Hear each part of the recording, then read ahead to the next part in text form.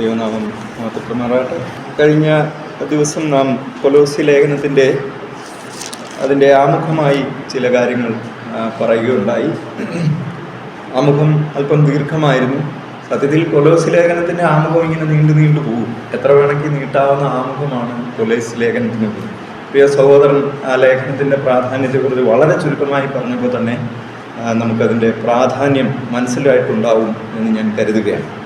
കൊലോസ്യ ലേഖനത്തിൽ കഴിഞ്ഞ ആഴ്ച ഞാൻ ഓർപ്പിച്ചതുപോലെ ഇതിൽ നമ്മൾ കുറച്ച് സഹോദരന്മാരുടെ പേരുകൾ നാം ഇതിൽ കാണുന്നുണ്ട്. മറ്റ് ലേഖനങ്ങളിൽ കാണുന്നതിനേക്കാൾ കൂടുതൽ പേരുകൾ പരാമർശിച്ചിട്ടുള്ളതായിട്ട് നമുക്ക് കാണാം. കൊലോസ്യ ലേഖനത്തെ സംബോധന ചെയ്യുന്ന ആളുകൾക്ക് പൗലോസുമായിട്ടുള്ള വ്യക്തിബന്ധത്തെ സൂചിപ്പിക്കുന്ന ഒന്നാണ് അത് എന്ന് നമുക്ക് കാണാം. ഒരു സുവിശേഷകൻ അല്ലെങ്കിൽ ഒരു ദൈവ വേലയിൽ ഏർപ്പെടുന്നതായ ഒരു മനുഷ്യൻ, ആ മനുഷ്യൻ ആ സഭയിലുള്ള അയൽസഭകളിലുള്ള നമ്മുടെ ഈ സർക്കിളിലുള്ള ആളുകളോട് സൂക്ഷിക്കേണ്ടതായ വ്യക്തിബന്ധത്തെ സൂചിപ്പിക്കുന്ന ഒന്നായിട്ട് അതിരിക്കുകയാണ്. ഏത് സമയത്തും നമുക്ക് വിളിച്ചിട്ട് നമ്മുടെ ജീവിതത്തിലെ പ്രതിസന്ധികൾ ഷെയർ ചെയ്യാൻ പറ്റുന്ന ഒരു ബന്ധം, അത് ഒരു സുവിശേഷം മാത്രം ശ്രമിച്ചാൽ അത് ഉണ്ടാവില്ല. അതാണ് അതിൻ്റെ പ്രത്യേകത.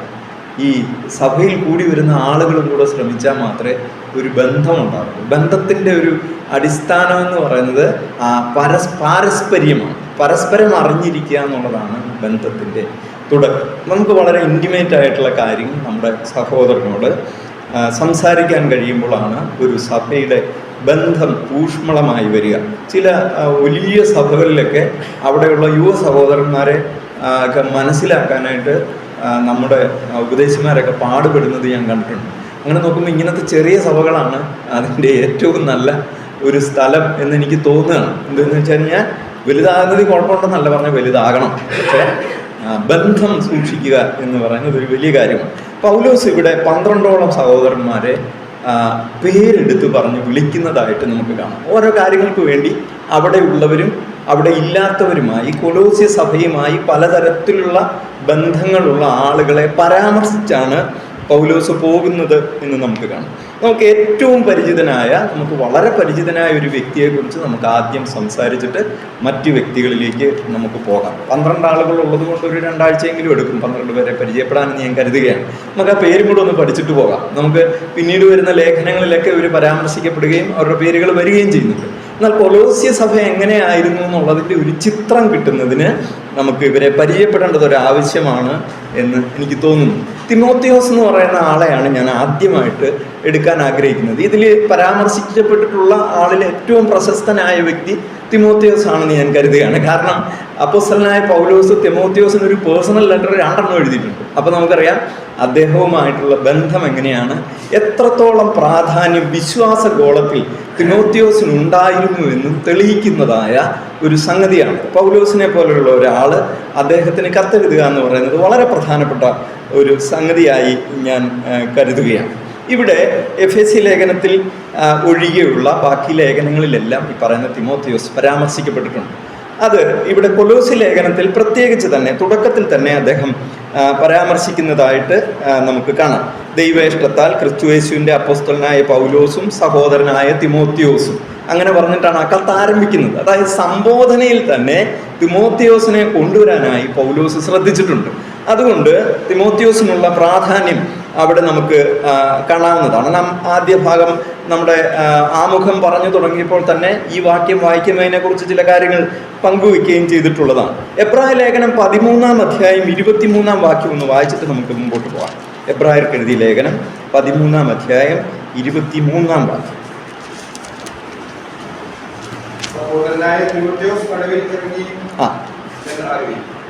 തടവിൽ നിന്നിറങ്ങി. ഇറങ്ങി. സഹോദരനായ തിമോത്തിയോസ് തടവിൽ നിന്നിറങ്ങി. ഇംഗ്ലീഷുകാരുടെ ഒരു പ്രയോഗമുണ്ട്, സ്പീക്സ് ഓഫ് വോളിയംസ്, ഒത്തിരി സംസാരിച്ച ഒരു വാചകം. സഹോദരനായ തിമോത്തിയോസ് തടവിൽ നിന്നിറങ്ങി. ഒന്ന് ആലോചിച്ച് നോക്കുക. തിമോത്തിയോസ് എത്ര കാലം തടവിൽ കിടന്നു എന്ന് രേഖപ്പെടുത്തിയിട്ടില്ല. പക്ഷെ പൗലോസ് ഹൃദയത്തിൽ തൊടുന്ന ഒരു വാചകം കൊണ്ട് തിമോത്തിയോസിനെ എബ്രായ ലേഖനം 13-ാം അധ്യായം 23-ാം വാക്യത്തിൽ പരിചയപ്പെടുത്തുന്നത്, തിമോത്തിയോസ് തടവിൽ നിന്നിറങ്ങി എന്നാണ്. കൊലോസ് ലേഖനം 1-ാം അധ്യായം 1-ാം വാക്യത്തിൽ തിമോത്തിയോസ് പരാമർശിക്കപ്പെടുന്നതിൻ്റെ ഒരു കാരണം ഇതാണ്. എന്താണ്? ദൈവത്തിനു വേണ്ടി, ദൈവജനത്തിനു വേണ്ടി, ദൈവവചനത്തിനു വേണ്ടി, അതിൻ്റെ വ്യാപനത്തിനു വേണ്ടി തടവ് ശിക്ഷ അനുഭവിച്ചിട്ടുള്ള ഒരാൾ. അതൊരു വലിയ പദവിയാണ്. അതുകൊണ്ടാണ് തിമോത്തിയോസിനെ കുറിച്ച് പൗലോസ് ഈ ലേഖനത്തിലും അത് പറഞ്ഞു വെക്കുന്നതെന്ന് കാണാം. എബ്രായ ലേഖനം പൗലോസിൻ്റെ ആണോ എന്നൊക്കെ പറഞ്ഞിട്ട് ചില ഡിബേറ്റുകളൊക്കെ നടക്കുന്നുണ്ട്. എന്നാൽ നമുക്ക് സൂക്ഷ്മമായി പരിശോധിക്കാൻ നമുക്ക് ഈസി ആയിട്ട് മനസ്സിലാകുന്നുള്ളൂ. അങ്ങനെ പേര് പരാമർശിക്കപ്പെട്ടിട്ടില്ലെങ്കിലും അത് പൗലോസ് തന്നെ എഴുതിയതാവാനാണ് വഴി. അത്രയും ജ്ഞാനിയായ ഒരാൾ മറഞ്ഞിരിക്കാൻ സാധ്യതയില്ലാത്തതുകൊണ്ട് പൗലോസാണെന്ന് തന്നെ ഞാൻ വിശ്വസിക്കുകയാണ്. ഇപ്പോൾ ആരെങ്കിലും ചലഞ്ച് ചെയ്താൽ എന്നാൽ അങ്ങനെ ആയിക്കോട്ടെ, അദ്ദേഹം ആയിക്കോട്ടെ എന്ന് വിചാരിക്കാം കേട്ടോ. അതുകൊണ്ട് പൗലോസാണ് എന്ന് ഞാൻ വിചാരിക്കുകയാണ്. പൗലോസ്, ഈ തിമോത്തിയോസ് എന്ന് പറയുന്ന തിമോത്തിയോസ് ഈ ഒരു യഹൂദനല്ല, ഒരു ഗ്രീക്കാണ്. ഇദ്ദേഹത്തിൻ്റെ ഗ്രീക്കുകാരനായ പുരുഷന് യഹൂദനായിട്ടുള്ള ഒരു യഹൂദ മതവിഭാഗത്തിൽപ്പെട്ട ഒരു സ്ത്രീക്ക് ജനിച്ചിട്ടുള്ള ഒരാളാണ്. അതുകൊണ്ട് ഗ്രീക്ക് സംസ്കാരം, ആ പേര് തിമോത്തിയോസ് എന്നുള്ള പേര് ഒരു ഗ്രീക്ക് സംസ്കാരവുമായിട്ട് ബന്ധപ്പെട്ട ഒരു പേരാണെന്ന് നമുക്ക് കാണാവുന്നതാണ്. അതുകൊണ്ട് തിമോത്തിയോസ് അങ്ങനെ പ്രത്യേക ഒരു പാരമ്പര്യത്തിൽ നിന്ന് വരുന്ന ഒരാളാണ് തിമോത്തിയോസ് എന്ന് നമുക്ക് കാണാവുന്നതാണ്. പൗലോസ് ലുസ്ത്രയിൽ പോയിരുന്ന കാര്യം നമ്മൾ കഴിഞ്ഞ ആഴ്ചയിൽ പരാമർശിക്കുകയുണ്ടായി. ആ സമയത്ത് എപ്പോഴെങ്കിലുമാണ് തിമോത്തിയോസുമായിട്ട് പരിചയപ്പെടുകയും താൻ രക്ഷയിലേക്ക് കടന്നു വരികയും ചെയ്തത് എന്ന് നമുക്ക് കാണാം. യുനീക്ക എന്നാണ് തിമോത്തിയോസിൻ്റെ അമ്മയുടെ പേര്. അമ്മയെ മാത്രമല്ല, പൗലോസിന് അമ്മയുടെ അമ്മയെയും പരിചയമുണ്ട്. ലോയിസ് എന്നാണ് പേര്. എന്ന് വെച്ചാൽ പൗലോസിന് വളരെ ഊഷ്മളമായ ഹൃദയബന്ധമുള്ള ഒരു നല്ല കുടുംബമാണ് തിമോത്തിയോസിൻ്റെ കുടുംബം. ആ കുടുംബവുമായി ബന്ധമുണ്ടാകാനുള്ള കാരണം തിമോത്തിയോസ് ആണോ എന്ന് എനിക്ക് സംശയമുണ്ട്. എന്തെന്നാൽ അമ്മയെയും അറിയാം, അമ്മയുടെ അമ്മയെയും അറിയാം, തിമോത്തിയോസിനെയും അറിയാം. ആ കുടുംബത്തെ മൊത്തത്തിൽ അറിയാവുന്ന ഒരാളായിട്ട് നമുക്ക് പൗലോസിനെ കാണാവുന്നതാണ്. ഈ റോമാ സാമ്രാജ്യം, ലുസ്ത്ര എന്ന് പറയുന്ന സ്ഥലത്തിന് ഒരു പ്രത്യേകതയുണ്ട്. ഇത് ഈ റോമാ സാമ്രാജ്യത്തിൻ്റെ സിസിലിയ എന്ന് പറയുന്ന ഒരു പ്രവിശ്യയുണ്ട്. സിസിലി എന്ന് പറയുന്ന ഒരു ദ്വീപാണ്. നമ്മളിപ്പോൾ ഗൂഗിളിലൊക്കെ അടിച്ചു നോക്കിയാൽ കാണാം. ആ പ്രദേശത്താണ് ഈ പറഞ്ഞ ലുസ്ത്ര എന്ന സ്ഥലം. അവിടെയാണ് പൗലോസ് തിമോത്തിയോസിനെ പരിചയപ്പെടുന്നതും ഈ പറഞ്ഞ സംഗതികളൊക്കെ ഉണ്ടാകുന്നതും എന്ന് നമുക്ക് കാണാവുന്നതാണ്. തിമോത്തിയോസിനെ കുറിച്ച് പറയാനാണെങ്കിൽ നമുക്ക് ഇഷ്ടംപോലെ റെഫറൻസുകൾ തിമോത്തിയോസിന് എഴുതിയ ലേഖനത്തിൽ നിന്നും കൊലോസ് ലേഖനത്തിൽ നിന്നും ഒക്കെ ലഭ്യമാണ്. നമുക്ക് 1-2 വാചകങ്ങളൊന്ന് വായിച്ചു പോവാം.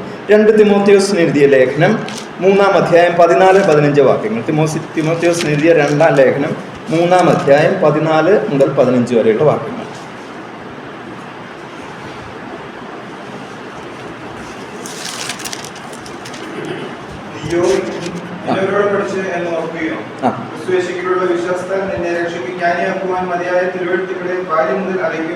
മതി. ജ്ഞാനിയാക്കുവാൻ. എന്തിന് ജ്ഞാനിയാക്കുവാൻ? രക്ഷയ്ക്ക് ജ്ഞാനിയാക്കുവാൻ. അപ്പോ തിരുവെഴുത്തുകളെ അറിഞ്ഞിരിക്കുന്നു. ജ്ഞാനം രക്ഷയെ കൊണ്ടുവരുന്നു. എന്തിൻ്റെ ജ്ഞാനം? തിരുവെഴുത്തുകളിലുള്ള ജ്ഞാനം രക്ഷ കൊണ്ടുവരുന്നു. അതൊരു അത്ഭുതകരമായ സംഗതിയാണ്. വേറെ ഏതെങ്കിലും ഒരു പുസ്തകത്തിന് ഇങ്ങനെ നയിക്കാനായിട്ട് സാധിക്കില്ല. ഒരു പുസ്തകം വായിച്ചിട്ടാണ് ഞാൻ രക്ഷിക്കപ്പെട്ടതെന്ന് പറയാനായിട്ട് നമുക്ക് വേറെ പുസ്തകങ്ങളൊന്നുമില്ല. വേദപുസ്തകവുമായി ബന്ധപ്പെട്ട ഏതെങ്കിലും പരാമർശങ്ങളില്ലാത്ത ഒരു പുസ്തകവും നമ്മെ രക്ഷയിലേക്ക് നയിക്കില്ല. അതുകൊണ്ട് ദൈവവചനത്തിനാണ് രക്ഷിക്കാനായിട്ട് സാധിക്കുന്നത്. ഇവിടെ രക്ഷയ്ക്ക്, തിമോത്തിയോസിന്റെ രക്ഷയ്ക്ക് നിദാനമായത് അവനെ ജ്ഞാനിയാക്കുന്ന ദൈവവചനം എന്നാണ് പറയുന്നത്. ജ്ഞാനിയാക്കുന്ന ദൈവവചനം. ദൈവവചനത്തിന്റെ പഠനം നമ്മളെ ജ്ഞാനിയാക്കും. അതൊരു പ്രത്യേകതയാണ്. നമ്മൾ വഴിയിലൊക്കെ വെച്ച് കാണുന്ന ചില മനുഷ്യരോട് നമുക്ക് ചോദിക്കാൻ തോന്നും, നിങ്ങൾ ഉപദേശിയാണോ എന്ന് ചോദിക്കാൻ തോന്നും. എന്താണ് കാരണം? അവരുടെ പെരുമാറ്റം, അവരുടെ എടുപ്പ്, ഇരിപ്പ്, സൗമ്യത, അവരുടെ വാക്കുകളിലുള്ള സൂക്ഷ്മത, പെരുമാറുമ്പോഴുള്ള അവരുടെ ആ ശ്രദ്ധ, ഇതൊക്കെ കാണുമ്പോൾ നിങ്ങൾ ഉപദേശിയാണോ എന്ന് നമുക്ക് ചോദിക്കാൻ തോന്നും. എന്താണ് കാരണം? എങ്ങനെയാണ് അവരങ്ങനെ രൂപപ്പെട്ടത്? ജ്ഞാനിയാക്കുന്ന ദൈവവചനവുമായുള്ള പരിചയമാണ് അവരെ അങ്ങനെ ആക്കി തീർക്കുന്നത്. അങ്ങനെയൊക്കെ പറയുമ്പോൾ നിങ്ങൾക്ക് വേണേൽ 10 ഉദാഹരണം ചൊന്നുകൊണ്ട് വരാട്ടോ. അങ്ങനെയൊക്കെ ഉണ്ടായിട്ടും ഇങ്ങനെ വീണുപോയ ആൾക്കാരുണ്ടല്ലോ, മോഷണം നടത്തിയ ആളുണ്ടല്ലോ, സ്ത്രീ വിഷയത്തിൽ വീണുപോയ ഉപദേശിമാരുണ്ടല്ലോ എന്നൊക്കെ നമുക്ക് പറയാനായിട്ട് സാധിക്കും. ഈ എക്സെപ്ഷണൽ കേസുകളല്ല നമ്മൾ എടുക്കേണ്ടത്. പൊതുവിലുള്ള എന്താണ് ദൈവവചനം ഒരു മനുഷ്യനിൽ ക്രിയ ചെയ്യുന്നത് എന്നുള്ളത് മനസ്സിലാക്കാനായിട്ട് സാധിക്കുന്നത് ഇങ്ങനെയുള്ള അവസരങ്ങളിലാണ്. പൊതുവെ അങ്ങനെയാണ് എന്ന് നമുക്ക് വേണമെങ്കിൽ പറയാം. നമുക്ക് വേദപുസ്തകത്തിൽ നിന്ന് തന്നെ അങ്ങനെ അല്ലാത്ത ആളുകളുടെ ഉദാഹരണങ്ങൾ എടുത്തുകൊണ്ട് വരാം. ഇതിപ്പോൾ പുതിയ സംഭവമൊന്നുമല്ല വീണു പോകുന്നതേ. ആളുകൾ വിചാരിക്കുന്നത് ഇപ്പോഴൊക്കെ എന്ത് ദൈവവചനം പഠിച്ചിട്ട് എന്ത് കാര്യം, ഇപ്പോഴത്തെ കാലത്ത് ഉപദേശിമാർ വരെ തെറ്റിൽ വീണു പോകും. എവിടെ ഉപദേശിമാർ തെറ്റിൽ വീണു പോകാത്തതായിട്ട് ബൈബിളിൽ പറഞ്ഞിരിക്കുന്നത്? ഉപദേശിമാരെന്നുള്ള പദം ഞാൻ വെറുതെ പ്രയോഗിക്കുന്നതാണ്. എന്നാൽ ദൈവവചനത്തിൽ അനേക സ്ഥലങ്ങളിൽ ദൈവവചനവുമായി ബന്ധമുള്ള ആളുകൾ വീണു പോകുന്നതായിട്ട് കാണാം. അതുകൊണ്ടാണ് ഈ പുസ്തകം അൺപക്കബിൾ ആയിട്ടിരിക്കുന്നത്. ഇത് നമുക്ക് ഒഴിച്ചുകൂടാൻ പറ്റാത്ത, വിമർശിച്ച് തോൽപ്പിക്കാൻ പറ്റാത്ത, കുറ്റങ്ങൾ കണ്ടെത്താൻ സാധിക്കാത്ത ഒരു പുസ്തകമായി നിലനിൽക്കുന്നത് മനുഷ്യർക്ക് എന്ത് സംഭവിച്ചോ അത് മറച്ചു വെച്ച് അവരെ മഹത്വവൽക്കരിക്കാതെ കൃത്യമായി രേഖപ്പെടുത്തിയിട്ടുള്ളത് കൊണ്ടാണ്. ഇസ്രായേലിന്റെ ഏറ്റവും വലിയ നേതാവെന്ന് അവർ തന്നെ കരുതുന്നത് ദാവീദിനെയാണ്. ദാവീദിന്റെ വീണുപോയതിനെ കുറിച്ച് അധ്യായങ്ങളാണ് എഴുതി വെച്ചിരിക്കുന്നത്. ദാവീദിന്റെ വീണുപോയ സംഗതികളെ കുറിച്ച്, ദാവീദിനെ ശാസിച്ചതിനെ കുറിച്ച്, ദാവീദിനെ ദൈവം അതികഠിനമായി ശിക്ഷിച്ചതിനെ കുറിച്ച് ഒക്കെ രൂക്ഷമായ ഭാഷയിൽ തന്നെ എഴുതി വെച്ചിട്ടുണ്ട്. എന്തിനു പറയുന്നു? ദാവീദിന് ദൈവാലയം പണിയണമെന്നുള്ളത് ദാവീദിന്റെ വലിയ ആഗ്രഹമായിരുന്നു. യെരുശലേമിൽ ഒരു ദൈവാലയം പണിയണം. ദൈവം അനുവദിച്ചില്ല. നിന്റെ കൈ അനേക രക്തം ചൊരിഞ്ഞിരിക്കുന്നു എന്ന് പറഞ്ഞ് ദാവീദിനെ അതിൽ നിന്ന് തടയുന്നതായിട്ട് കാണും. യഥാതഥമായി ഒരു വ്യക്തിയുടെ സ്വഭാവ സവിശേഷതകൾ എന്തെന്നും അവന്റെ നന്മ എന്തെന്നും വീഴ്ച എന്തെന്നും യാതൊരു മറവും കൂടാതെ രേഖപ്പെടുത്തി വെച്ചിരിക്കുന്നത് കൊണ്ടാണ് അതിൽ നിന്ന് നമുക്ക് പാഠങ്ങൾ ഉൾക്കൊള്ളാനായിട്ട് സാധിക്കുന്നത്. തിമോത്തിയോസിനെ ജ്ഞാനിയാക്കുന്ന ദൈവവചനം എന്ന് അവിടെ പറഞ്ഞിരിക്കുന്നതായിട്ട് കാണാം. പ്രിയമകൻ അതിനുശേഷം വായിച്ച്, നീ പഠിച്ചും നിശ്ചയം പ്രാപിച്ചും ഇരിക്കുന്നതിൽ നിലനിൽക്കുക. നീ പഠിച്ചും നിശ്ചയം പ്രാപിച്ചും ഇരിക്കുന്നതിൽ നിലനിൽക്കുക. എന്തൊക്കെ ചെയ്യണം? പഠിക്കണം, നിശ്ചയം പ്രാപിക്കണം. എങ്ങനെയാണ് നിശ്ചയം പ്രാപിക്കുക? നമ്മുടെ ജീവിതാനുഭവങ്ങൾ കൊണ്ട് ഈ പറയുന്ന കാര്യങ്ങൾ ശരിയാണോ എന്നൊരു പരിശോധന നടത്തിയിട്ട് അതിൽ ഉറച്ചു നിൽക്കുക. അതൊരു പ്രത്യേകതയാണ്. നമ്മളോട് ഒരു കാര്യവും അന്ധമായി വിശ്വസിക്കണമെന്നും അന്ധമായി ഉരുവിടണമെന്നും ദൈവവചനത്തിൽ ഒരിടത്തും പറയുന്നില്ല കേട്ടോ. നാം അത് മനസ്സിലാക്കി വിശ്വസിച്ചാൽ മതി. അത്രയുമേ ദൈവത്തിനും താല്പര്യമുള്ളൂ. ഇവിടെ തിമോത്തിയോസിന്റെ കാര്യത്തിൽ അത് കൃത്യമായി സംഭവിച്ചിരിക്കുന്നതായിട്ട് നമുക്ക് കാണാം. 15-ാം വാക്യം ഒന്നുകൂടെ വായിച്ചേ. 3-ാം അധ്യായം 15-ാം വാക്യം.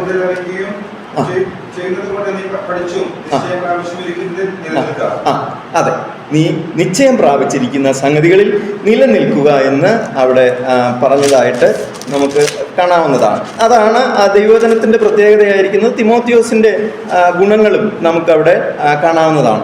16-ാം വാക്യം കൂടി ഒന്ന് വായിച്ചേ. 16-ാം വാക്യം. ദൈവത്തിന്റെ മനുഷ്യൻ സകല പ്രവർത്തിക്കും വക പ്രാപിച്ച് തികഞ്ഞവനാകേണ്ടതിന് ഉപദേശത്തിനും ശാസനത്തിനും ഗുണീകരണത്തിനും നീതിയിലെ അഭ്യാസത്തിനും പ്രയോജനമുള്ളത്. അവിടെ പറഞ്ഞിരിക്കുന്നത് നോക്കുക. ഉപദേശത്തിന്, ശാസനത്തിന്, ഗുണീകരണത്തിന്. ഗുണീകരിക്കുക, നമ്മളെ തന്നെ റിവൈവ് ചെയ്ത് നമ്മെ തന്നെ ഗുണമുള്ളവരായി മാറ്റി തീർക്കാൻ കഴിയുന്നത് ഈ ദൈവവചനത്തിനേ ഉള്ളൂ. ചങ്ങമ്പുഴയുടെ കവിത വായിച്ചാൽ ഈ ഗുണമൊന്നും ഉണ്ടാവില്ല. ONV കുറുപ്പിന്റെ കവിത വായിച്ചാലുണ്ടാവില്ല. മുകുന്ദൻ എഴുതിയ നോവൽ വായിച്ചാലുണ്ടാവില്ല. MD വാസുദേവൻ നായരുടെ സിനിമ കണ്ടാലുണ്ടാവില്ല.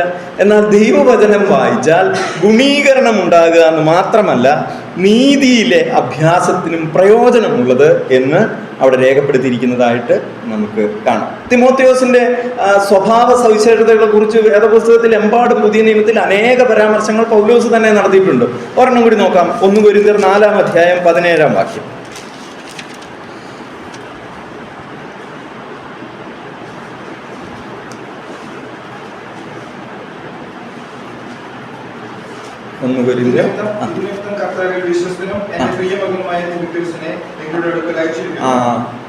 ഇത് ലോകത്തിലെ ഏറ്റവും വലിയ അവാർഡ് കിട്ടിയിരിക്കുകയാണ്.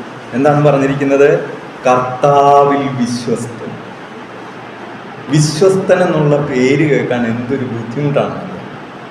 എന്നാൽ തിമോത്തിയോസ് വളരെ ചെറുപ്രായത്തിൽ തന്നെ കർത്താവിൽ വിശ്വസ്തൻ എന്ന് പൗലോസിനെ പോലുള്ള കൃതഹസ്തനായ ഒരു ദൈവദാസന്റെ വിളി കേൾക്കുവാനായി ഇടയായി എന്നുള്ളത് എത്ര സന്തോഷകരമാണ്. പ്രിയ മകൻ എന്നാണ് അവിടെ സംബോധന ചെയ്തിരിക്കുന്നത്. 1 തിമോത്തിയോസ് 1-ാം അധ്യായം 2-ാം വാക്യത്തിൽ വിശ്വാസത്തിൽ നിജപുത്രനായ എന്നൊരു പ്രയോഗമുണ്ട്. നേർപുത്രനായ, വിശ്വാസത്തിൽ നിജപുത്രനായ തിമോത്തിയോസ് എന്നെഴുതിയിരിക്കുന്നത് കാണാം. 2-ാം വാക്യത്തിൽ തന്നെ പ്രിയ മകൻ എന്നുള്ള പ്രയോഗം നമുക്ക് കാണാം. 2 തിമോത്തിയോസ് 3-ാം അധ്യായം 10-ാം വാക്യം കൂടി ഒന്ന് വായിച്ചു.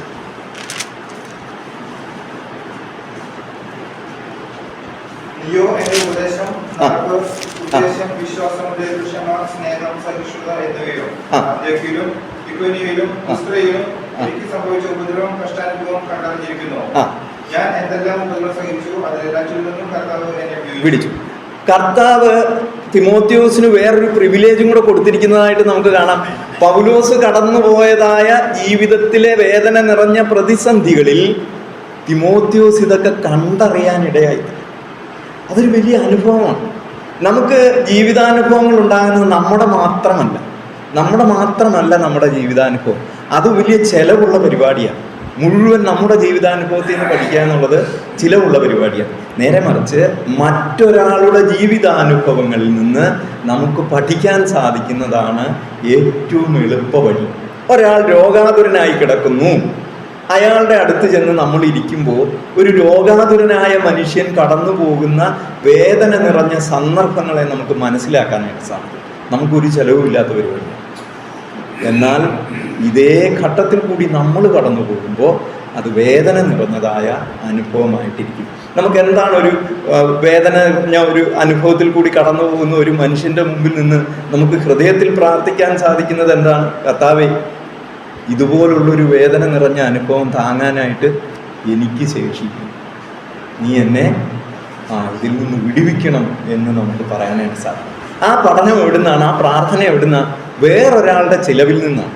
അതാണ് പൗലോസ് അവിടെ പറഞ്ഞു വെച്ചിരിക്കുന്നത് നമുക്ക് കാണാനായിട്ട് സാധിക്കും. അപ്പോൾ 2 തിമോത്തിയോസ് 3:12 തിമോത്തിയോസിനോടുള്ള ഉപദേശങ്ങൾ അടങ്ങിയിട്ടുള്ള ഭാഗങ്ങളാണ് 2 തിമോത്തിയോസ് 3:12.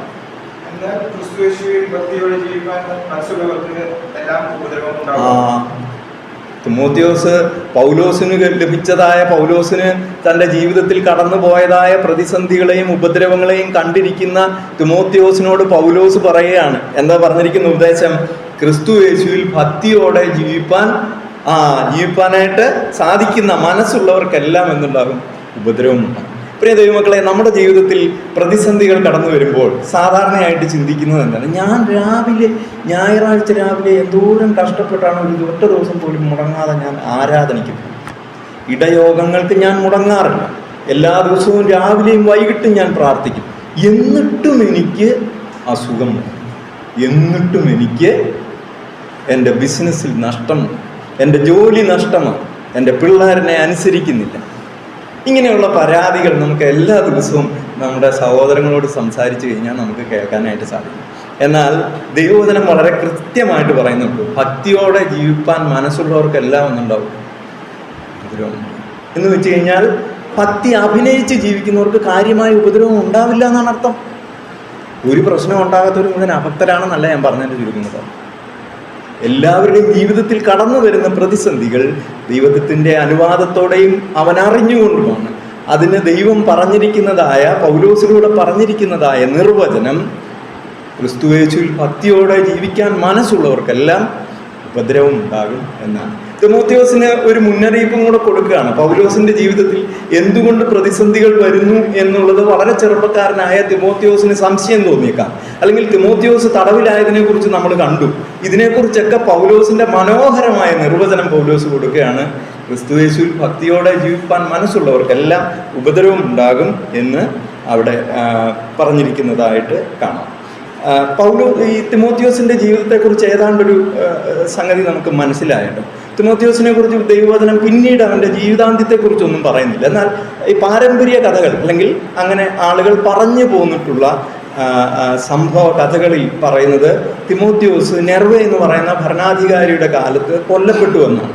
അദ്ദേഹം ഒരു സഭയുടെ മൂപ്പനായിരിക്കുന്ന, ലീഡറായിരിക്കുന്ന സമയത്ത് അദ്ദേഹം കൊല്ലപ്പെടുകയാണ്. എന്ന് വെച്ചാൽ പൗലോസ് പറഞ്ഞത് എത്ര അന്വർത്ഥമായ വാക്കുകളാണ് എന്നുള്ളത് സൂചിപ്പിക്കുന്ന ഒരു ജീവിതാന്ത്യമാണ് തിമോത്തിയോസിനെ സംബന്ധിച്ചുണ്ടായത് എന്ന് നമുക്ക് മനസ്സിലാക്കാനായിട്ട് സാധിക്കും. ഇത്രയും സൗമ്യനായ, ഇത്രയും ദൈവവചനത്തിൽ പ്രതിബദ്ധതയുള്ള, ദൈവവേലയ്ക്ക് വേണ്ടി ഒഴിഞ്ഞു വയ്ക്കപ്പെട്ട പൗലോസ് എന്ന് പറയുന്ന ആ ദൈവദാസന്റെ കൂടെ തൻ്റെ ആ ജീവിതകാലം മുഴുവൻ സഹയാത്രികനായി സഞ്ചരിക്കുകയും പലപ്പോഴും തടവിലാക്കപ്പെടുകയും ഉപദ്രവിക്കപ്പെടുകയും ചെയ്തിട്ടുള്ള തിമോത്തിയോസ് തൻ്റെ അന്ത്യവും എങ്ങനെയായിരുന്നു? കൊല്ലപ്പെടുകയാണ് ഉണ്ടായത് എന്ന് നമുക്ക് മനസ്സിലാക്കാനായിട്ട് സാധിക്കും. അതുകൊണ്ട് ഒരു കാര്യം കൃത്യമാണ്, ക്രിസ്തു യേശുവിൽ ഭക്തിയോടെ ജീവിപ്പാൻ മനസ്സുള്ളവർക്കെല്ലാം ഉപദ്രവം. ഇത് നമ്മൾ ബൈഹാർട്ട് പഠിച്ചു വെച്ചാൽ അടുത്ത ആഴ്ചയെ ഞാൻ ചോദിക്കും. ഇതെന്തിനാണെന്നറിയാമോ? ഉപദ്രവം ഉണ്ടാകുമ്പോൾ തളർന്നു പോകാതെ ധൈര്യപ്പെട്ടിരിക്കേണ്ടതിന് നമ്മുടെ ഹൃദയത്തിൻ്റെ ഒരു കോണിൽ കുഴിച്ചിടേണ്ട ഒരു വാചകമാണിത്.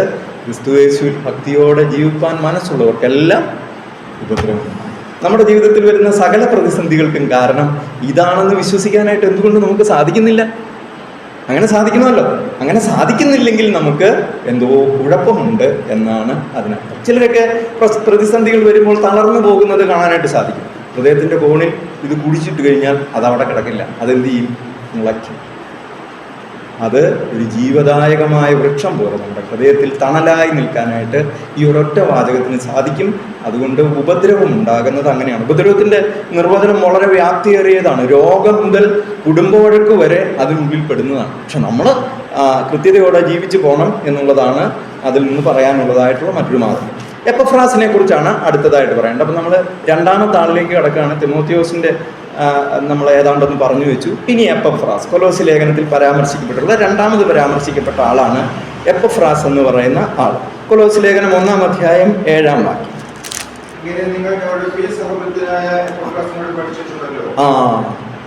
എപ്പഫ്രാസ് അവിടെ ഉള്ള ആളാണ്. ആരാണ്? സഹഭൃത്യനാണ്. നിങ്ങളുടെ സഹഭൃത്യനായ, പ്രിയ സഹഭൃത്യനായ എപ്പഫ്രാസിനോട് നിങ്ങൾ പഠിച്ചിട്ടുണ്ടല്ലോ. 8-ാം വാക്യം എപ്പഫ്രാസിന്റെ സ്വഭാവത്തെ കുറിച്ച് പ്രകടമാക്കുന്നുണ്ട്. 8-ാം വാക്യം കൊണ്ടൊന്ന് വായിച്ചേ. ശുശ്രൂഷൻ അറിയിച്ചവനുമാകുന്നു. അവൻ നിങ്ങൾക്ക് വേണ്ടി ക്രിസ്തുവിൽ വിശ്വസ്ത ശുശ്രൂഷകനാകുന്നു. പൗലോസ് തിമോത്തിയോസിന്റെ കാര്യത്തിലും എപ്പഫ്രാസിന്റെ കാര്യത്തിലും വിശ്വസ്തൻ എന്നുള്ള പ്രയോഗം ഉന്നയിക്കുന്നതായിട്ട് നമുക്ക് കാണാം.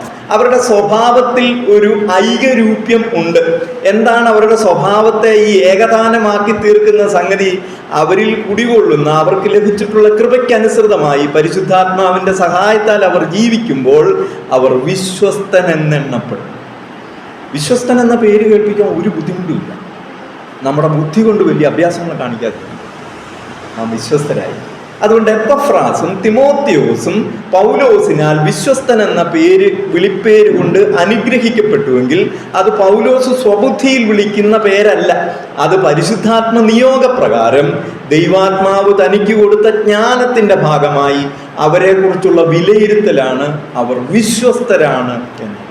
എത്ര മനോഹരമായൊരു പദമാണെന്നറിയോ വിശ്വസ്തൻ എന്ന് പറയാനായിട്ട്. വിശ്വസ്തൻ, നിങ്ങൾ ഏതെങ്കിലും സ്ഥാപനത്തിലൊക്കെ ജോലി ചെയ്തിട്ടുണ്ടെങ്കിൽ അവിടുത്തെ മുതലാളി നിങ്ങളെ പിരിച്ചുവിടാതെ ഒത്തിരി നാൾ ജോലിക്ക് കൊണ്ടു നടക്കുന്നുണ്ടെങ്കിൽ അതിൻ്റെ അർത്ഥം എന്താണെന്നറിയോ?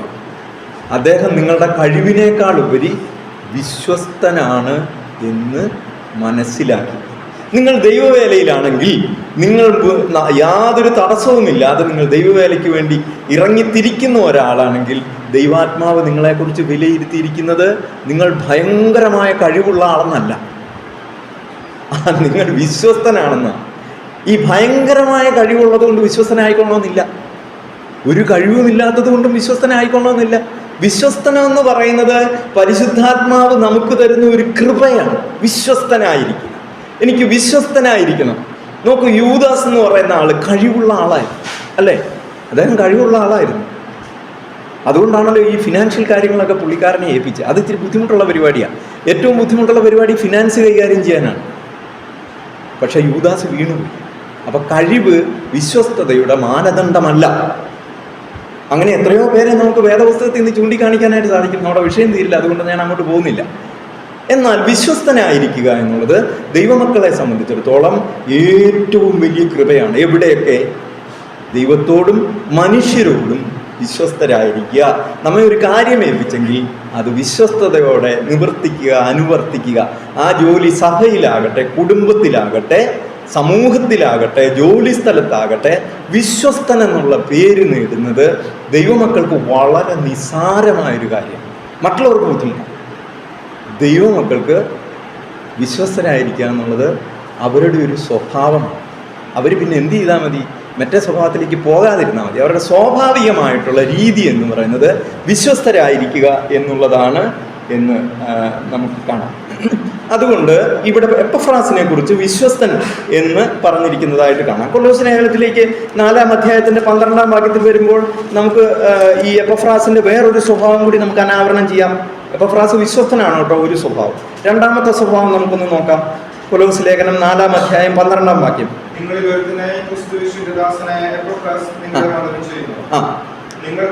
തികഞ്ഞവരും ദൈവഹിതം സംബന്ധിച്ചൊക്കെയും പൂർണ്ണ നിശ്ചയമുള്ളവരുമായി നിലനിൽക്കേണ്ടതിന് അവൻ പ്രാർത്ഥനയിൽ നിങ്ങൾക്ക് വേണ്ടി എപ്പോഴും പോരാടുന്നു. എപ്പഫ്രാസിന്റെ വേറൊരു ഗുണമാണ്, എന്ത് ചെയ്യുന്നു?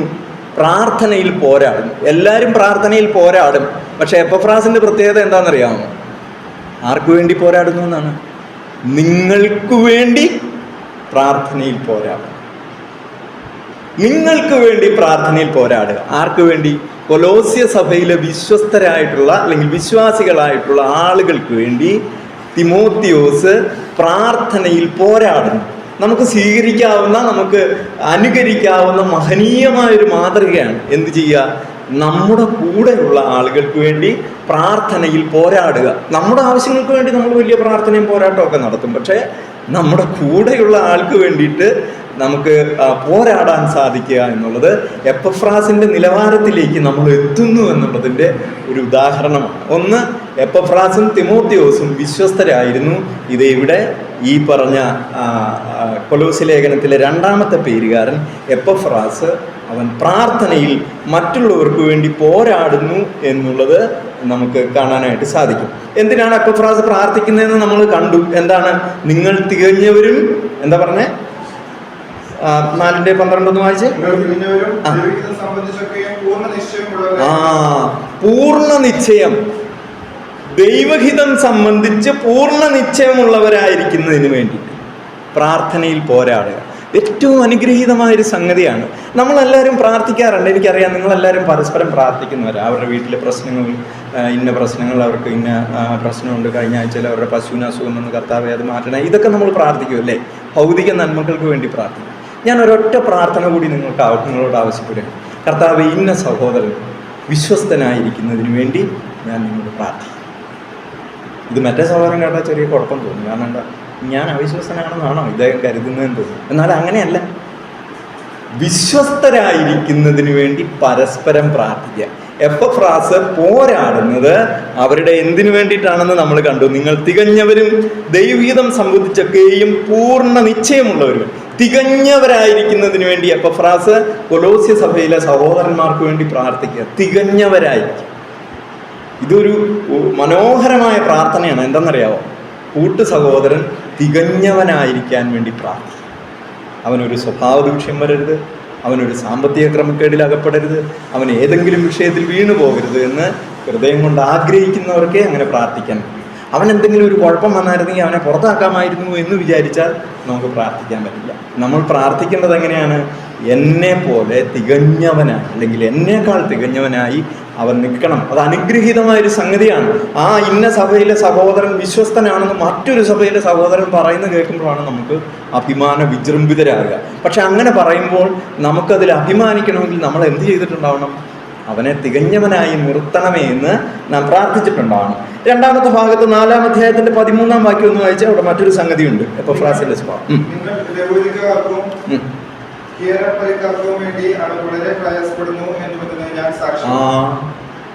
എന്ത് ചെയ്യുന്നതിനാ സാക്ഷി? അവൻ പ്രയാസപ്പെടുന്നു. ആർക്കൊക്കെ വേണ്ടി? ലവൂദിക്കാർക്കും ഹീരപ്പൊലിക്കാർക്കും വേണ്ടി കൂടെ പ്രയാസപ്പെടുന്ന ഒരു സഹോദരൻ കൊലോസ്യ സഭയിലുണ്ട്. അതാരാണ്? എപ്പഫ്രാസ്. കൊലോസ്യ സഭയിലെ ആൾക്കാർക്ക് വേണ്ടി മാത്രമല്ല, ലവൂദിക്കയിലുള്ളവർക്കും ഹീരപ്പൊലിയിലുള്ളവർക്കും വേണ്ടി പ്രയാസപ്പെടുക. അപ്പോൾ എപ്പഫ്രാസിന്റെ സ്വഭാവ സവിശേഷതകൾ അനാവരണം ചെയ്തു വരുമ്പോഴുണ്ടല്ലോ, നമുക്ക് ഉത്തമമായൊരു ദൈവദാസനായി അവനെ പരിചയപ്പെടാനായിട്ട് സാധിക്കും. തിമോത്തിയോസിനേക്കാൾ മനോഹരമായ പദങ്ങൾ കൊണ്ട് എപ്പഫ്രാസിനെ പൗലോസ് വിവരിക്കുന്നതായിട്ട് നമുക്ക് ഇവിടെ കാണാം. അവന് വളരെ കഠിനാധ്വാനം ചെയ്യുന്ന ഒരാളായിരുന്നു എന്നുള്ളത് നമുക്ക് ആ വാക്യത്തിൽ നിന്ന് കാണാവുന്നതാണ്. എപ്പോഴും പോരാടുന്നു, നിങ്ങൾക്കും ലവൂദിക്കക്കാർക്കും ഹീരപ്പൊലിക്കാർക്കും വേണ്ടി അവൻ വളരെ പ്രയാസപ്പെടുന്നു എന്നുള്ളതിനും ഞാൻ സാക്ഷി. പൗലോസ് സാക്ഷ്യം പറയണം. എപ്പഫ്രാസ് ഇങ്ങനെ പ്രയാസപ്പെടുന്നതായ ഒരു ആളാണ് എന്ന് പറയണം. അപ്പോൾ ഉത്തമമായ ഒരു ദൈവദാസന്റെ, ഒരു ദൈവമകന്റെ ഉദാഹരണമായിട്ട് നമുക്ക് പറയാവുന്ന രണ്ടാമത്തെ ആളെ കൊലോസ്യ ലേഖനകാരൻ മുമ്പോട്ട് വയ്ക്കുകയാണ്, എപ്പഫ്രാസ്. ഞാൻ ഇതിൻ്റെ തുടക്കത്തിൽ പറഞ്ഞതിൽ ഒരു കാര്യം നിങ്ങൾ ഓർത്തിരിക്കുമെന്ന് ഞാൻ വിചാരിക്കുകയാണ്. കൊലോസ്യ ലേഖനത്തിൻ്റെ മൊത്തത്തിലുള്ള സ്വഭാവം വളരെ പോസിറ്റീവാണ്. ഇത് നോക്കൂ, രണ്ട് മനോഹരമായ വ്യക്തിത്വങ്ങളെ പൗലോസ് മുമ്പോട്ട് വയ്ക്കുക. എനിക്ക് മുമ്പോട്ട് വയ്ക്കാനുള്ള മാതൃകാ സഹോദരന്മാർ ഇവരാണെന്ന് പറഞ്ഞ് രണ്ടുപേരെ മുമ്പോട്ട് വെച്ചപ്പോൾ തന്നെ നമ്മൾ ഞെട്ടിപ്പോയി. ആരൊക്കെയാണത്? ഒന്ന് തിമോത്തിയോസ്, 2 എപ്പഫ്രാസ്. എങ്ങനെ സഹോദരങ്ങളായിരിക്കണമെന്നുള്ളതിൻ്റെ ഉദാഹരണമായിട്ട് അവരെ വെച്ചിരിക്കുന്നതായിട്ട് നമുക്ക് കാണാം. മൂന്നാമത്തെ ആളിലേക്ക് നമുക്ക് പോവാം. നമുക്ക് 12 പേരുണ്ടെന്ന് പറഞ്ഞല്ലോ, അതുകൊണ്ട് നമുക്ക് ഇത്തിരി സ്പീഡ് കൂട്ടി പോവാം. തിഹിക്കോസ് എന്ന് പറയുന്ന ഒരാളാണ്. തിഹിക്കോസ് നമുക്കറിയാവുന്നതാണ്. തിഹിക്കോസിനെ നമുക്ക് അറിയാവുന്നതാണ്. ആസ്യക്കാരനായിരുന്നു തിഹിക്കോസ് എന്ന് പറയുന്ന മനുഷ്യൻ. മാത്രമല്ല ഇദ്ദേഹം ജാതീയ പശ്ചാത്തലത്തിൽ നിന്ന് മുമ്പോട്ട് വന്ന ഒരു സഹോദരനായിരുന്നു എന്ന് കാണാം. തിഹിക്കോസിനൊരു പ്രത്യേകതയുണ്ട്. എഫേസ്യ ലേഖനവും കൊലോസി ലേഖനവും കൊണ്ട് കൊടുത്ത ആള് ഈ തിഹിക്കോസാണ്. ഒരു കാരിയറാണ്, കൊറിയർ. ഈ സംഗതി കൊണ്ട് കൊടുത്ത ആളാണ് തിഹിക്കോസ് എന്ന് പറയുന്ന ആൾ. മാത്രമല്ല പൗലോസിൻ്റെ 3-ാം മിഷണറി യാത്രയുടെ ഒരു ഘട്ടത്തിൽ പൗലോസിനെ അനുധാവനം ചെയ്ത ഒരാളാണ് തിഹിക്കോസ് എന്ന് നമുക്ക് കാണാവുന്നതാണ്. AD 53 മുതൽ 57 വരെയാണ് പൗലോസിൻ്റെ 3-ാം മിഷണറി യാത്ര. 3-ാം മിഷണറി യാത്രയുടെ പ്രത്യേകത എന്ന് പറയുന്നത് സഭാസ്ഥാപനം മാത്രമായിരുന്നില്ല. മറ്റ് 2 യാത്രകളും പ്യുവറായിട്ടും സഭാസ്ഥാപനമായിരുന്നു. സുവിശേഷം അറിയിക്കുക എന്നുള്ളതായിരുന്നു ലക്ഷ്യമെങ്കിൽ 3-ാം മിഷണറി യാത്രയിൽ താൻ സ്ഥാപിച്ച, താൻ മുഖേന രക്ഷിക്കപ്പെട്ടവരാൽ രൂപീകരിക്കപ്പെട്ട പ്രാദേശിക സഭകളെ ശക്തിപ്പെടുത്തുക എന്നുള്ള ഉദ്ദേശം കൂടി 3-ാമത്തെ മിഷണറി യാത്രയ്ക്കുണ്ടായിരുന്നു. അത് AD 53 മുതൽ 57 വരെയുള്ള ഏതാണ്ട് 5 വർഷത്തോളം വരുന്ന ഒരു കാലഘട്ടമാണ് അതിനുവേണ്ടി പൗലോസ് ഉപയോഗിച്ചിട്ടുള്ളത്. ആ സമയത്ത് തന്നെ ഒരു ഘട്ടത്തിൽ അനുധാവനം ചെയ്ത ഒരാളാണ് തിഹിക്കോസ് എന്ന് പറയുന്ന ആൾ എന്ന് നമുക്ക് കാണാവുന്നതാണ്. തിഹിക്കോസ് വളരെ ആത്മീയ പക്വതയുള്ള ഒരു മനുഷ്യനായിരുന്നു. ഞാൻ പറഞ്ഞല്ലോ, ഇതിനകത്ത് മുഴുവൻ പോസിറ്റിവിറ്റിയാണ്. കൊലോസ് ലേഖനം മര്യാദയ്ക്കിരുന്ന് വായിച്ചാൽ നമ്മളിങ്ങനെ പമ്പടെ പോകും, വളരെ സന്തോഷം തോന്നും. അത് അങ്ങനെ ഭാഷ അങ്ങനെയാണ്. അതിൽ പരിചയപ്പെടുത്തുന്ന, തുടക്കത്തിൽ തന്നെ പരിചയപ്പെടുത്തി പോകുന്ന വ്യക്തിത്വങ്ങളൊക്കെ അങ്ങനെയുള്ള ആളുകളാണെന്ന് നമുക്ക് കാണാവുന്നതാണ്. എഫേസ്യ ലേഖനം 6-ാം അധ്യായം 21-ാം വാക്യം ഒന്ന് വായിച്ചു. ഞാൻ ഇങ്ങനെ ഇരിക്കുന്നുവെന്ന് എന്റെ അവസ്ഥ നിങ്ങളും അറിയേണ്ടത് സഹോദരനും കർത്താവിൽ വിശ്വസ്ത ശുശ്രൂഷകനുമായ തിഹിക്കോസ് നിങ്ങളുടെ സകലവും അറിയിക്കുന്നു. അടുത്ത വിശ്വസ്തൻ വരുന്നു. 3-ാമത്തെ വിശ്വസ്തൻ. ആദ്യത്തെ വിശ്വസ്തൻ തിമോത്തിയോസ്, 2-ാമത്തെ വിശ്വസ്തൻ എപ്പഫ്രാസ്, 3-ാമത്തെ വിശ്വസ്തൻ തിഹിക്കോസ്. എന്തൊരു പോസിറ്റിവിറ്റിയാണെന്നറിയോ കൊലോസ് ലേഖനത്തിൽ പൗലോസ് നിറച്ചു വെച്ചിരിക്കുന്നത്. ഇതിൽ പരിചയപ്പെടുത്തുന്ന ആളുകളൊക്കെ ഇങ്ങനെയുള്ള ആളുകളാണ്. നമ്മൾ യോഹന്നാൻ്റെ 3-ാം ലേഖനവും യോഹന്നാൻ്റെ 2-ാം ലേഖനവും വായിക്കുമ്പോൾ അതിൽ നെഗറ്റീവായിട്ടുള്ള 2-3 പേരെ പരിചയപ്പെടുത്തുന്നു അല്ലേ? ഇവിടെ നോക്കുക, ഇവിടെ പറഞ്ഞു വരുന്ന ആളുകൾ മുഴുവൻ പ്രഗത്ഭരും പ്രശസ്തരും മാത്രമല്ല, അവർ അതീവ വിശ്വസ്തരായിട്ടുള്ള സത്യസന്ധരായിട്ടുള്ള ആളുകളാണ് എന്ന് നമുക്ക് കാണാം. ഇവിടെ ഈ നമ്മളിപ്പോൾ വായിച്ചു കേട്ട വേദഭാഗത്ത് 4-ാം അധ്യായത്തിൻ്റെ 7-8 വാക്യങ്ങൾ വീണ്ടും പരാമർശിക്കപ്പെട്ടു പോകുന്നുണ്ട്. 4-ാം അധ്യായത്തിൻ്റെ 7-8 വാക്യങ്ങൾ.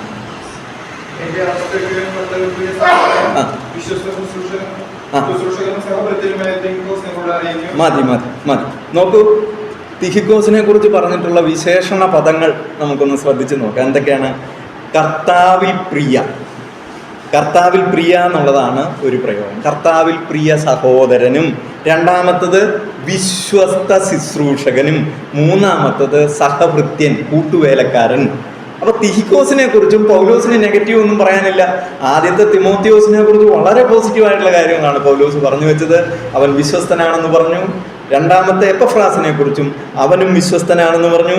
3-ാമത് തിഹിക്കോസിനെ പരിചയപ്പെടുത്തുമ്പോൾ വിശ്വസ്ത ശുശ്രൂഷകൻ എന്നുള്ള പദം മറക്കാതെ പൗലോസ് തിഹിക്കോസിനെ കുറിച്ചും പറഞ്ഞതായിട്ട് നമുക്ക് കാണാം. തിഹിക്കോസിന് വേറൊരു പ്രത്യേകതയുണ്ട്, മറ്റവർക്ക് 2 പേർക്കും ഇല്ലാത്തൊരു പ്രത്യേകതയുണ്ട്. തിഹിക്കോസ് 2 ലേഖനങ്ങൾ കൊണ്ടു കൊടുത്തു എന്ന് നമ്മൾ പറഞ്ഞല്ലോ. പുതിയ നിയമ പുസ്തകത്തിൻ്റെ രൂപീകരണത്തിൽ കുറവല്ലാത്തതായ ഒരു ശുശ്രൂഷ തിഹിക്കോസ് ചെയ്തിട്ടുണ്ട്. അതാണ് ഈ 2 ലേഖനം കൊണ്ടുവരും. ഒന്ന് ആലോചിച്ച് നോക്കൂ, ഈ ലേഖനം കൊണ്ടുപോകുമ്പോൾ കയ്യിൽ നിന്നെങ്ങാനും അലക്ഷ്യമായി നടന്ന് നഷ്ടപ്പെട്ടു പോയാലോ? ഇതിൻ്റെ ഫോട്ടോസ്റ്റാറ്റ് പൗലോസിൻ്റെ കയ്യിലുണ്ടോ? പൗലോസിന് ഇത് മുഴുവൻ ഓർത്തെടുത്ത് പറയാൻ പറ്റുമോ? അപ്പോൾ അതീവ സുപ്രധാനമായ ഒരു ശുശ്രൂഷ തിഹിക്കോസ് നിർവചിച്ചു.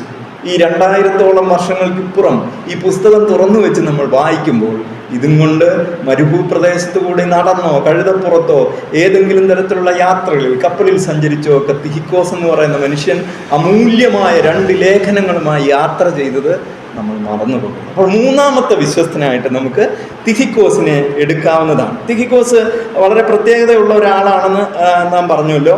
അവിടെ നാം കണ്ടു. 1-ാമത്തെ പ്രത്യേകത വിശ്വസ്ത ശുശ്രൂഷകനാണ്. കൊളോസ്യ ലേഖനം 4-ാം അധ്യായം 7-ാം വാക്യം ഒന്നുകൂടി വായിക്കാം.